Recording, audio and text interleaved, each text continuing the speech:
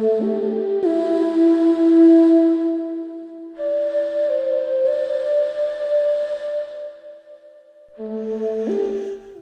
послал Александру Габушеву в больницу черную майку с большим изображением волка. Врач, который рассказывал о этой майке, сразу сказал: нет, только однотонные, только однотонные. Я догадываюсь даже, кто послал эту майку. Ну что ж, только однотонные.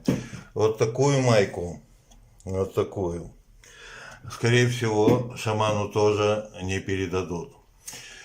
Так, врач говорит, что он немного подпростыл, но температуры нет. Легкие чистые проверили, терапевт что-то там прописал. Конечно, они сейчас будут решать, встретится ли адвокат Пряничников с Александром Габушевым в больнице. Беспокоит, конечно, то, что по телефону Александр Габушев никому позвонить не может. Мы просим это, очень просим.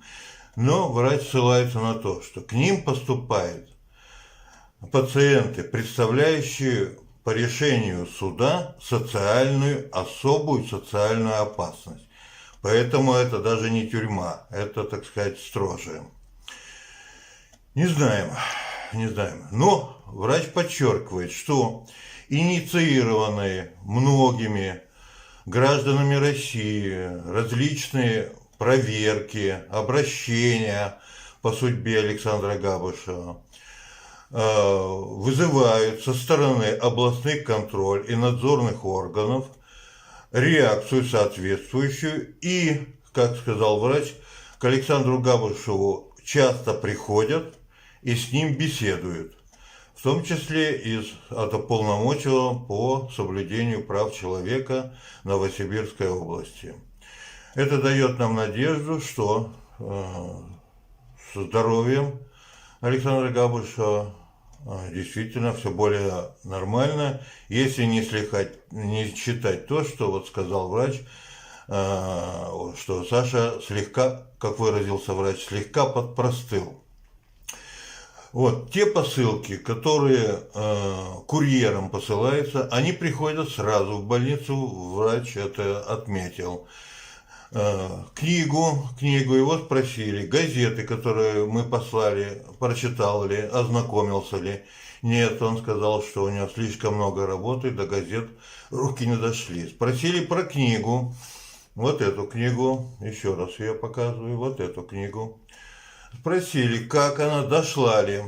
Врач не в курсе, и я просто полагаю, что книга дошла, но Саше ее не передали. Врач сказал, что нет, Саша ее ждет, но она ему еще не поступила.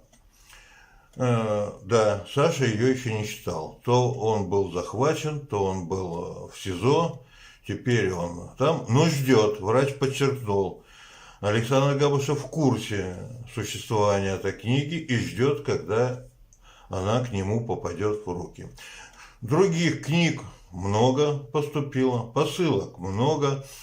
Саша выходил конкретно вчера и написал много писем, как выразился врач. Он написал много писем.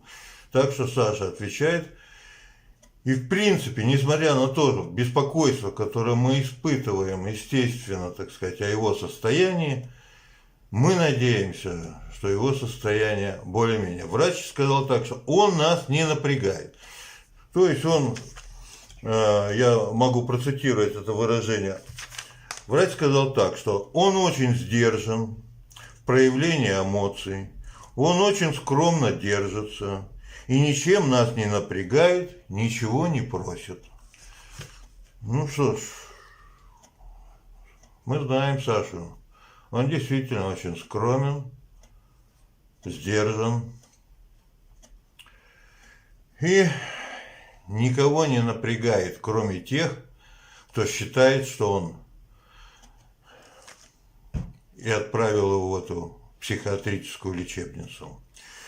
Ну что ж, до дня рождения Саши, 22 ноября, осталось буквально 3 дня. Надеемся, что с Сашей будет все хорошо, и он очень скоро обретет свободу. В этом наша надежда, ради этого мы прилагаем усилия, этого ждем, этого ему желаем от всей души, от всех нас.